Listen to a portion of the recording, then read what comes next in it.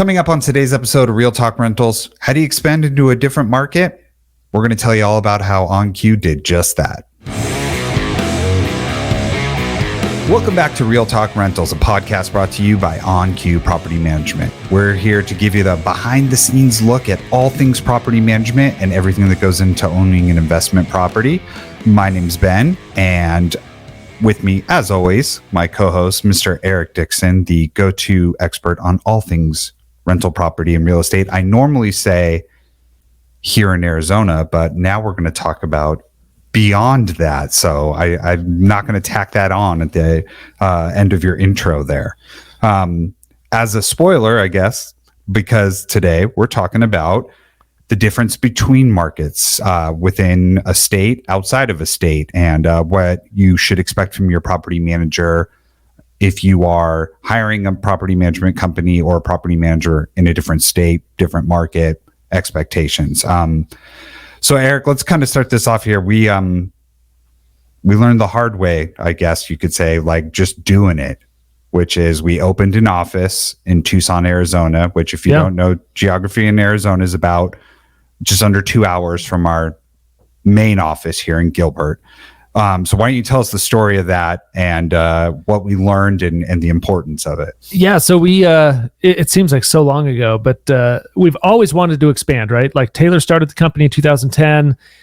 Every year it's like, hey, where are we going next? And it's like I remember texting him like, hey, can we go west of this freeway, or can we go north of this freeway? And it was always we're pushing the limits. And so, we fill out Maricopa County, we fill out Pinal County, which are the two big counties in the Phoenix metro, and then we're getting properties. And then we're always looking for different opportunities, whether it's outside Arizona, inside Arizona. There was only kind of one other metro we'd be interested in, which was Tucson, because it has just over 1 million people in the metro. And so we're like, hey, that's a big enough market where we can make a big presence.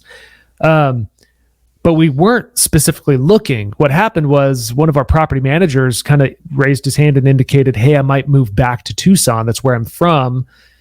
And we're like, oh, we don't want to lose him. And then within a day or two, we're like, hey, what if we considered opening a branch down there? Sure. And so looking back, it's crazy that we're talking about it. This was in February of 2020. And we all know in March and April, things changed a lot. Things changed with COVID and the pandemic and all that stuff. But we were kind of going through that, and this property manager was seasoned and great. And I went, I think it was April. So yeah, COVID hit in March. I went in April and looked at offices. Mm-hmm. And then in May, we signed a lease and we opened in May of 2020.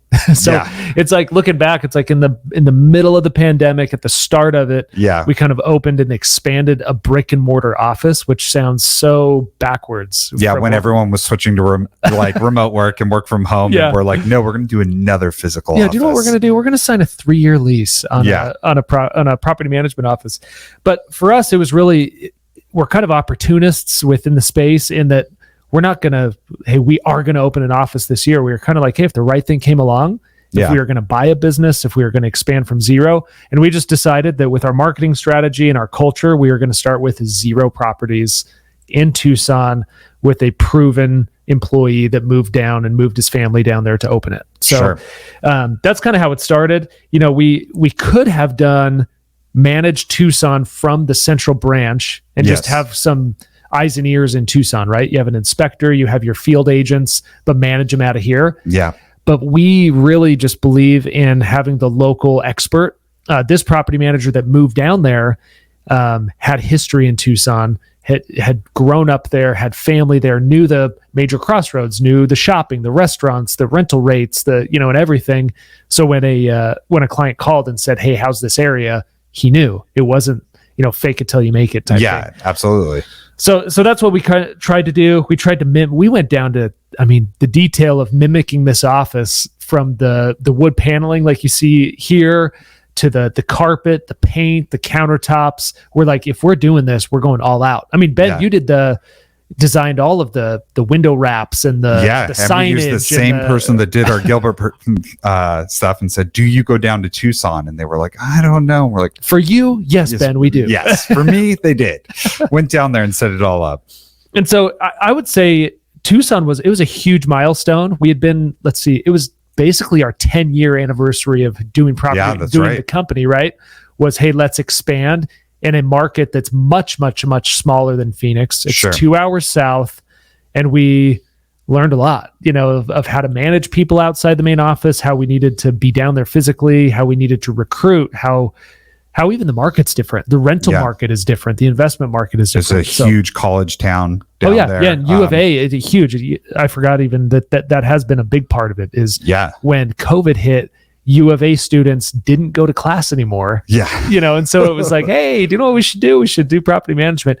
It actually ended up being a great opportunity because there was a lot of vacancies and they needed professional managers to figure out, well, heck, I can't do student housing anymore. Yeah. I got to go the quote normal route, to rent my property. So it worked out. And we'll talk about this in a second, but we had the advantage we could move quickly because Tucson, like you said, we had somebody there that knew the area and stuff, but also the laws aren't different. It's not like moving down to Tucson County. We were like, we got to get, a different license, a different this, a different that. It was like we knew the real estate rules. Yeah. And so that actually is a great point. That's why we were more hesitant about going out of state 3 or 4 years ago because the licensing requirements, like I'm the broker of OnQ in Gilbert, but I'm the broker in Tucson as well. Yeah. And so it's statewide. All the laws are the same. There are a couple different things with cities and ordinances and stuff, but that stuff we were able to learn and get trained on and hire local talent.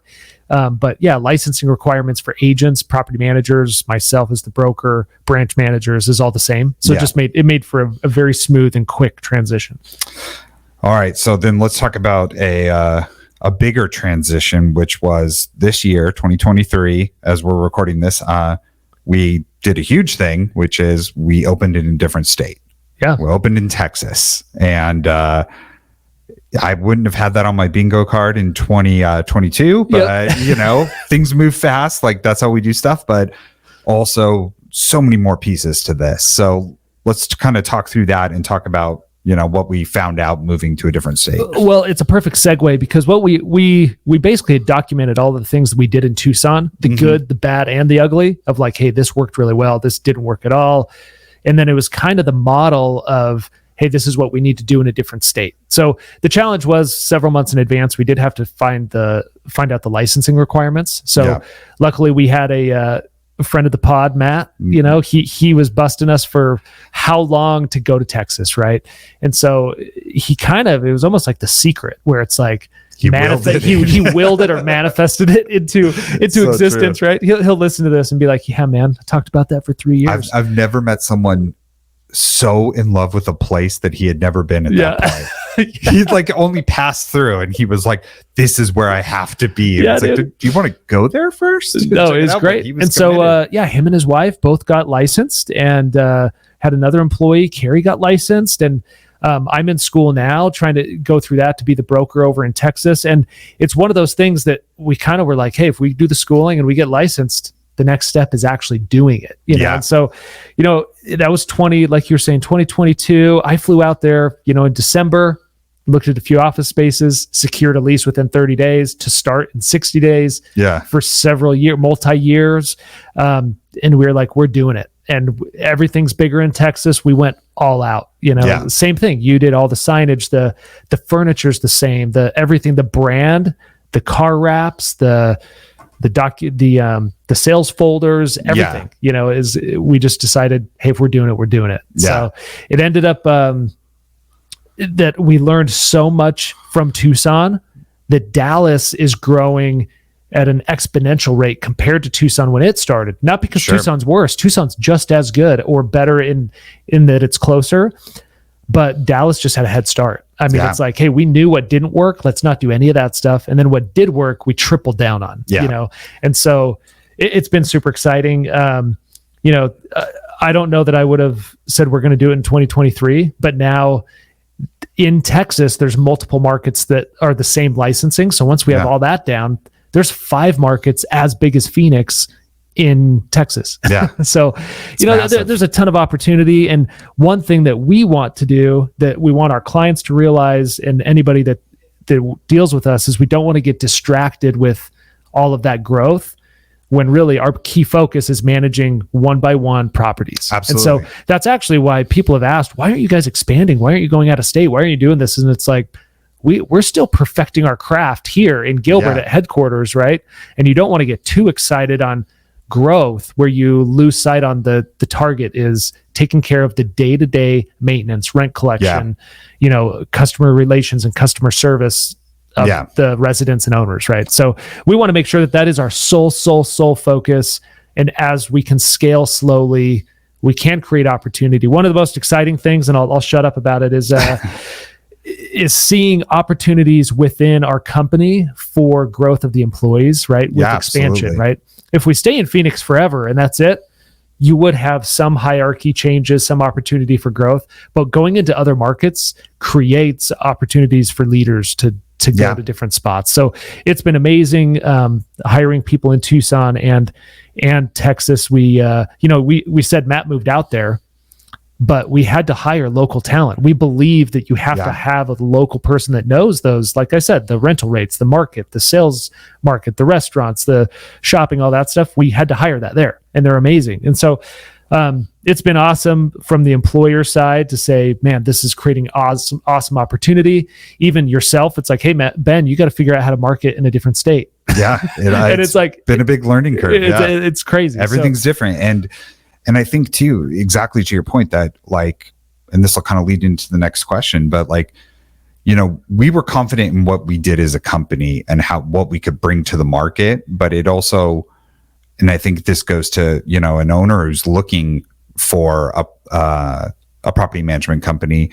You don't want somebody who's just like, whatever we do in Arizona works in Texas. Oh yeah. We came in with an open mind and we really did say like, we're bringing something different, we're bringing our technology, our processes, but we're also, like you said, hiring local talent. We're boots on the ground there. We're going to commitment to the area, I know it. And I think that's so important. If you're calling and your property manager who's managing your home in Texas lives in Arizona, you might be like, wait, what's going on? Like, how much do you know about this? Yeah, and we've learned a lot of that from clients we've brought on from national brands, right? That have said, man, they were awesome until they got too big. Yeah. And then the accounting department's out of, a different country or whatever, right? And it's like that, we do not want that. Exactly. You want local departments and local talent, local technicians and inspectors and property managers in a brick and mortar office space where you can walk in and shake their hand and do business, right? And so we highly believe in that in a world post-pandemic where it's been a lot of work from home, a lot of virtual, a lot of remote stuff. It's like we're actually doubling down on the old school. You got to have these offices. So like in Tucson, we have an awesome brick and mortar place. We have an awesome one in Texas.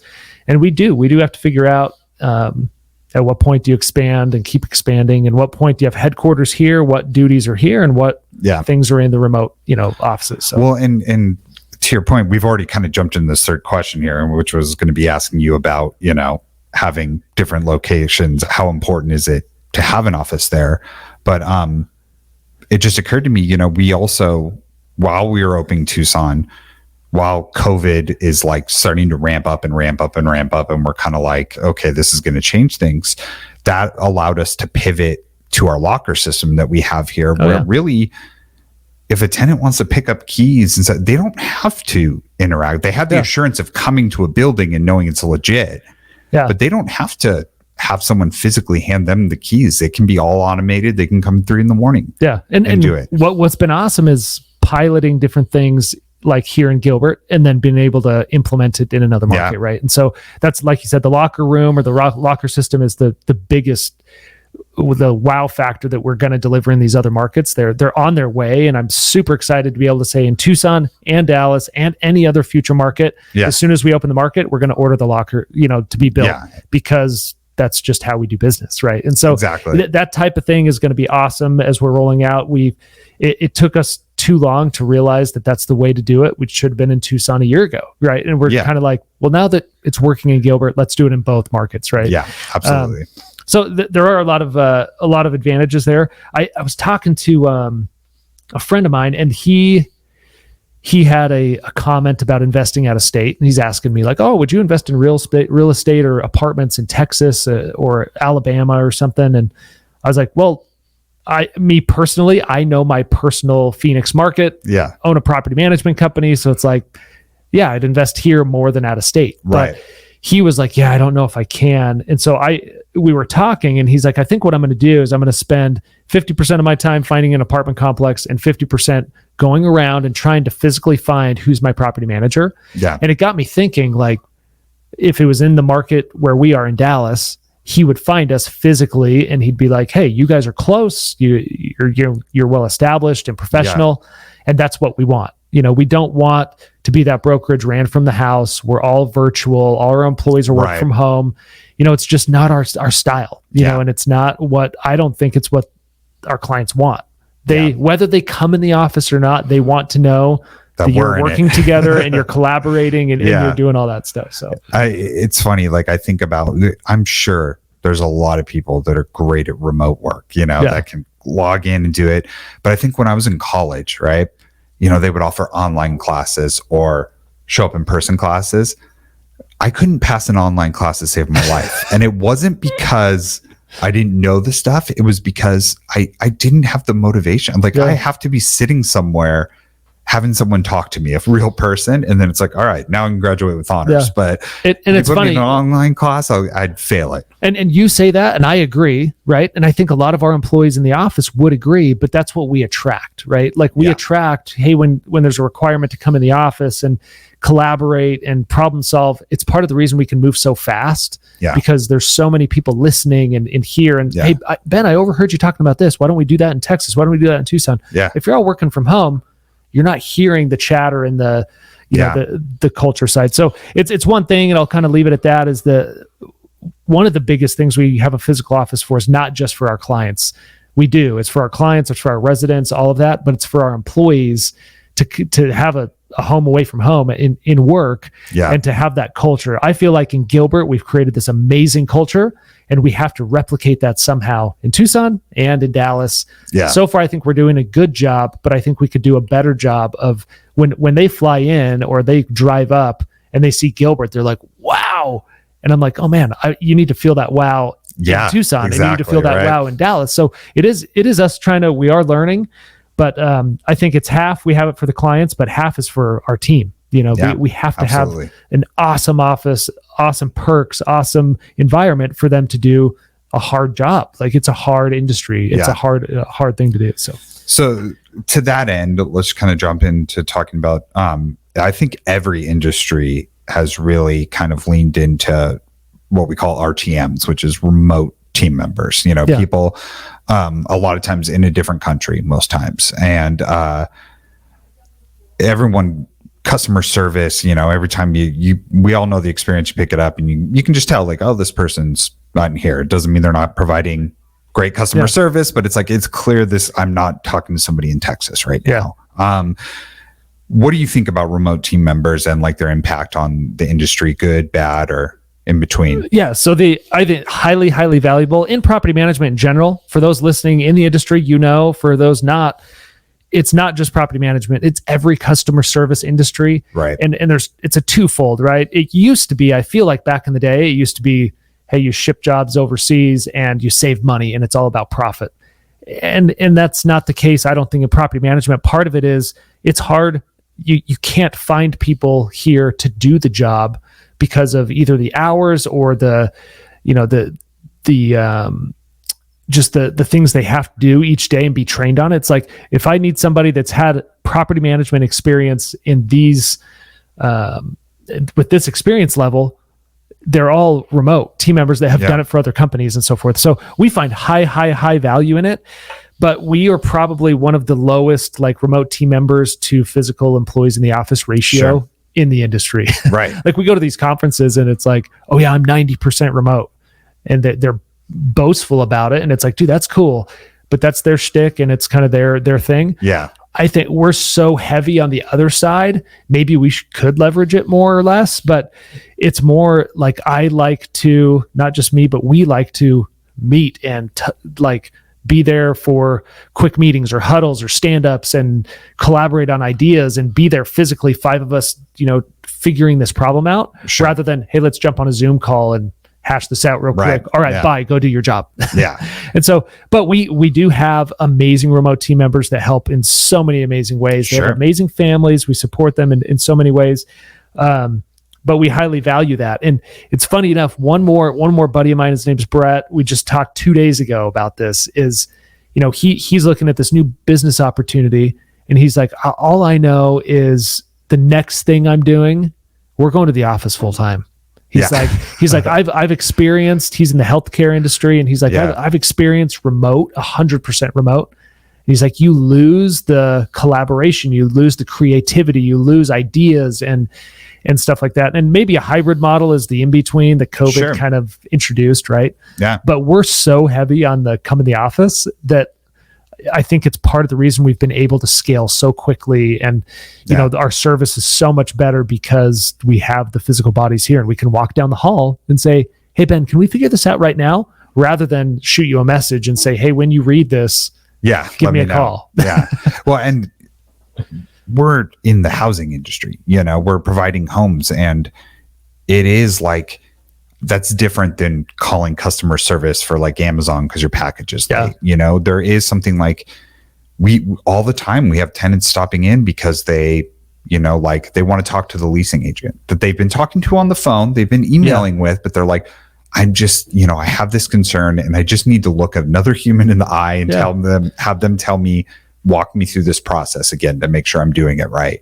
And we see that all the time, where they come in and just want to talk to somebody, or an owner comes in and they sit with their property manager and say, I'm not sure about this bid. And they can say, hang on, let me grab the guy. Yeah, the estimator's in the office. Yeah, and he's going to come in and he'll walk you through and answer any questions you have. And when you're talking about shelter and home, like, a lot of people need that, that peace of mind, knowing that they're dealing with a human who understands they're a human. Not just somebody who ordered a sweatshirt and it's late, and what I think we're accustomed to, right, in this now world, to get answers right away, but we're also getting more accustomed to like, hey, I'm working from home today, so I'll see that person tomorrow, I'll let you know. And people are kicking the ball down, or kicking the can down the road, or whatever you say. Whereas us, we're like, no, the property manager is down the hall. Hey, give me 10 seconds. I'm going to walk over. I'm going to figure it out. I'm going to get you an answer. Yeah. And I think it's a relief to the tenants, to our owners, to our employees that are like, oh, you can get me an answer right away. Thank you. Yeah. Rather than, hey, Ben works from home today, so let me, or he doesn't take calls on Wednesdays. Yeah.